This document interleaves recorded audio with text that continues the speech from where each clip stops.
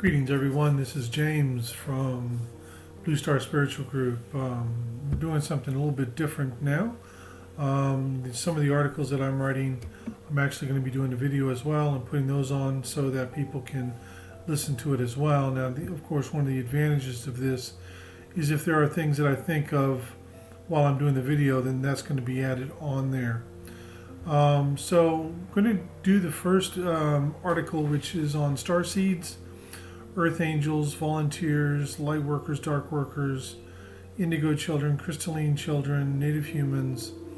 And then I'm going to go on into the second article, which is on sin, judgment, and forgiveness. All right, so we'll just start this off and see where we go from there. So star seeds, volunteers, earth angels, native humans, light workers, and dark workers.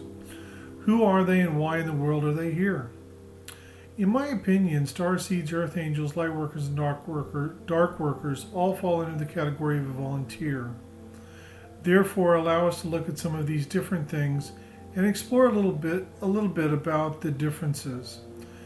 Native humans are such because their soul has only had lifetimes here on earth. Many of these individuals are still working at opening themselves to a greater awareness and higher energies. However, there are those native humans who have done this already, and they are exploring their spirituality and they are evolving. These individuals are very exciting to watch, but there does seem to be a situation whereby they might be interacting quite a bit with volunteers, and yet they feel different and don't quite realize that they are in fact native to this planet. Hopefully Tobin will be discussing this in his next channeling that is going to be done next weekend. So I won't go too far into the native human population situation. Now, with star seeds, these are beings who have volunteered to come to this world for the project of the evolution of this world and the native human population. They've come from many different places. They are amazing people and masters who have come from the Pleiades, Arcturus, Sirius, Alpha Centauri, Orion, and many other places. They are individuals who are dedicated to assisting certain planets in their evolution. The last planet that this was done on was in the Pleiades star system. And this is why the Pleiadians were the ones who were so involved here, going back to the beginning of this world. The volunteers are very evolved souls who put all that aside, meaning all of their awareness, who they are, the wisdom they carry, all the memories that they have, and they put all that aside in order to be of service here on this world. Many of these star seeds will play a role of either a light worker or a dark worker. Within the ranks of the volunteers, there are actual light workers and dark workers who are that way for real. What is the purpose of light workers and dark workers on this world, you may ask? Well, very simply put, this is a planet of duality, light and dark, good and evil, black and white. Furthermore, this is a planet of free will choice. As such, and the fact that the native human population is evolving here, they have to be presented with all aspects of life. Through being presented with all aspects of life, having things such as karma to deal with, balancing energies and lifetimes, etc., this creates a situation whereby all native humans get to experience everything that this world has to offer, as well as everything that free will choice has to offer as well as the different aspects of light and darkness, all aspects of duality and free will choices. Like I said, only through this training ground can a person learn to begin to make the choices that are within them, which is part of the evolutionary process. The job of the star seeds and volunteers is to assist the native human population in the learning and growing. The volunteers have to go through a training process to assist them in preparing for being on the planet and to begin the process of service to this planet and the native human population. It is a long process to prepare for the journey here.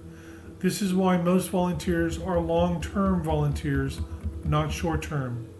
Most volunteers will remain here for a very long time to assist this planet in moving forward. The whole point of this exercise is the evolution of this planet and the native human population on this planet. Now, on to Earth Angels. These are also volunteers, but these are special volunteers. They serve those that would be classified as the Masters. The Masters do not, in fact, serve light or darkness. They actually are rather balanced within God and the love of God. And for the Masters that come to this planet, this causes them a lot of issues and problems, because this is a planet of duality after all, light and dark, and everything else that goes along with that. And this is where the Earth Angels come into the picture.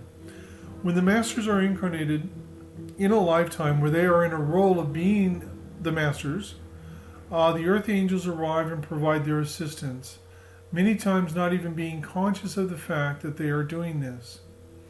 The Masters live countless lifetimes on the planet. Most are not in their role as Masters, but they live as living examples in all lifetimes, and the Earth Angels always show up when they are needed and required. Many times the Masters will recognize the Earth Angel when required, yet normally the Earth Angel won't.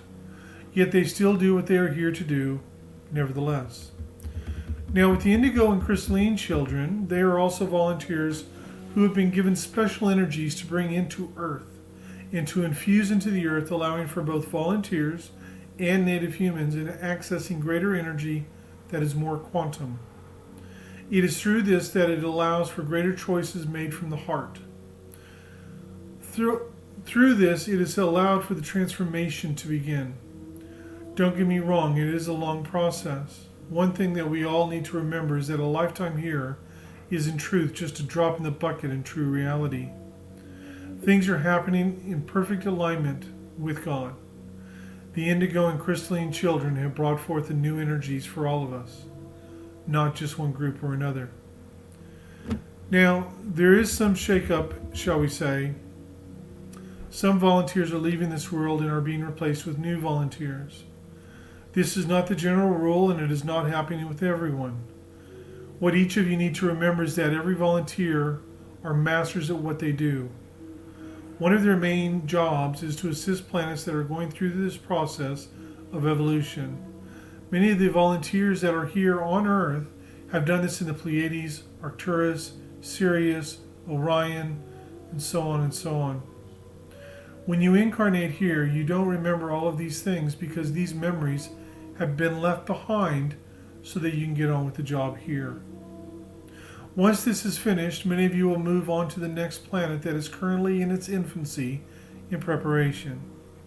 You won't be ready for quite a long time yet. There is still a great deal to be done here.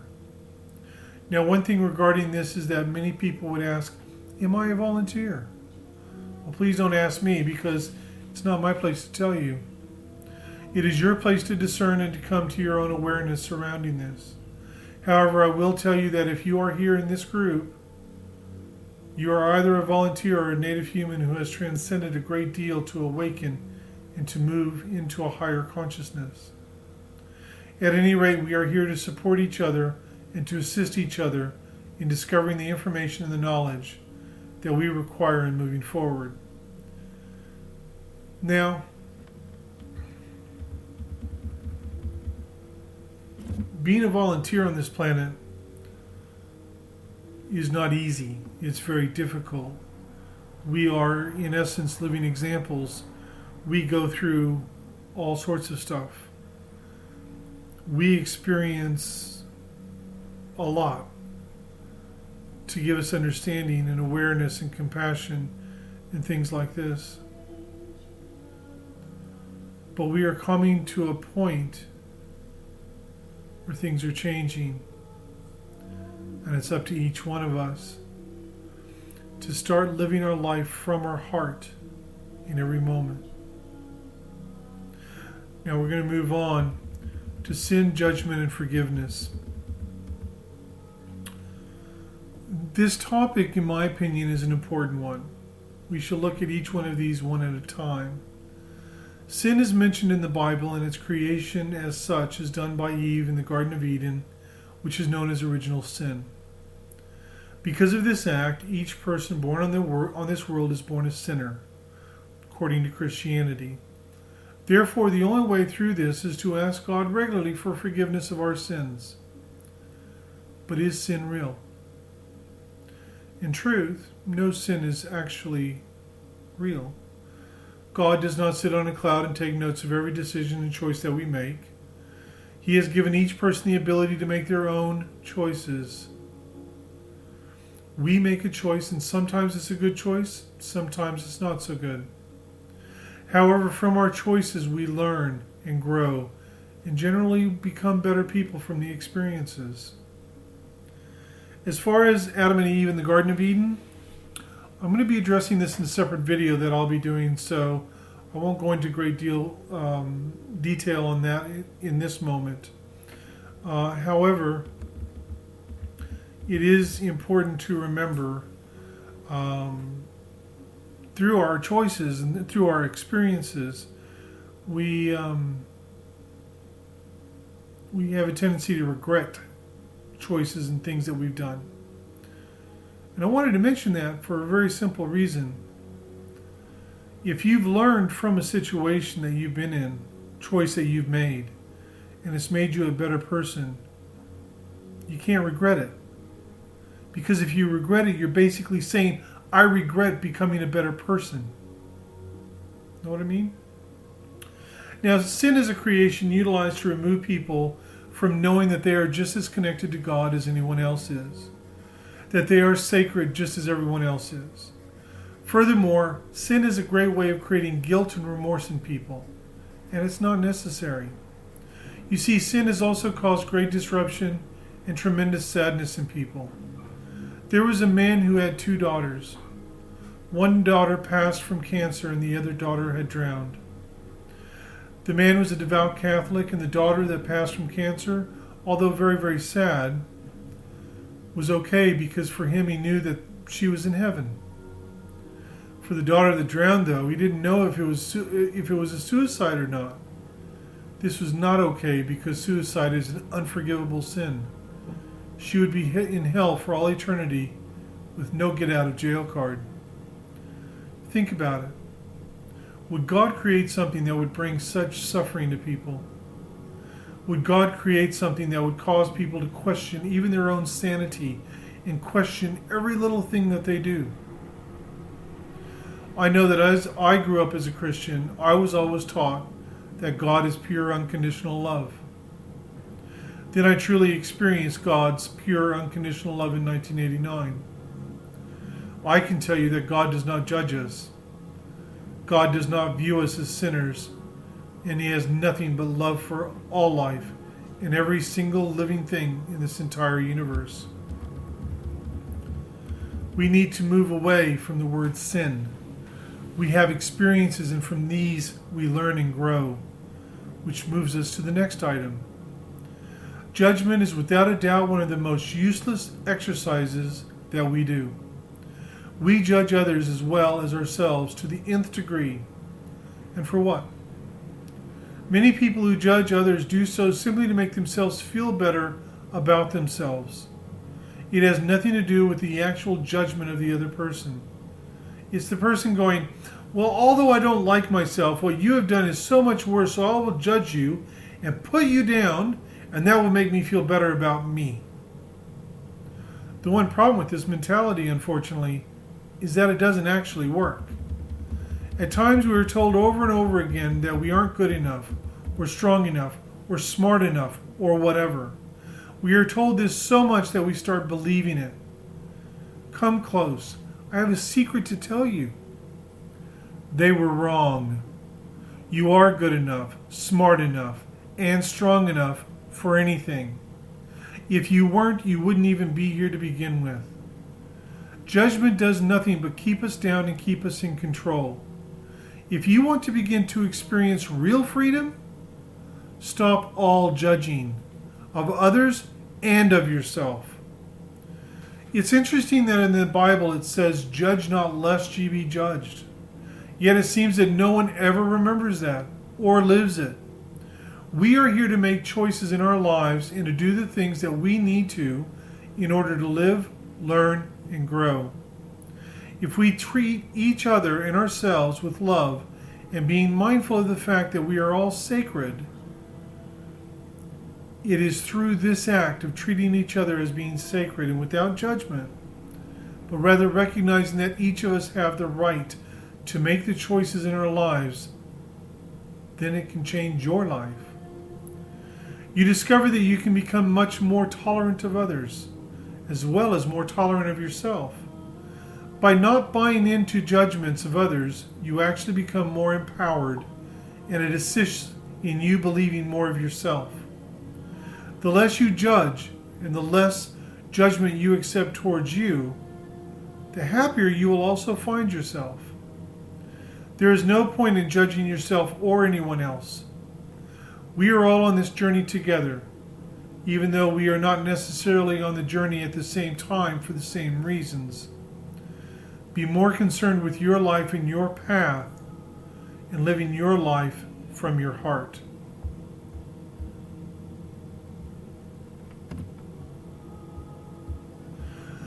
Last, of course, is forgiveness. Things happen to us in our lives, and many times there is an emotional charge that is created around the event or situation. Someone does something to us that is really bad and it causes all of these problems for us. First and foremost, it is important how we view the situation or people in the situation. We then have to stop and remind ourselves, the only person I can choose for or control is me, no one else. If someone has done something to you, the act of forgiveness is important as you are acknowledging what has occurred and are saying that you are not going to carry that around with you in your bag and on your journey. We have had experiences that has caused us great pain. You don't have to necessarily tell someone that you are forgiving them, for you aren't doing it for them. You do forgiveness for you, so that you can release the emotional baggage and the energetic cords that others have placed in you, normally through judgment. As you can see, there is a correlation in these things. Forgiveness is also about freedom. So if you stop viewing things as being sinful and instead began looking at things from the standpoint that you are having experiences that you are learning from and that is assisting you in growing, becoming wiser and more tolerant, then this is a wonderful gift.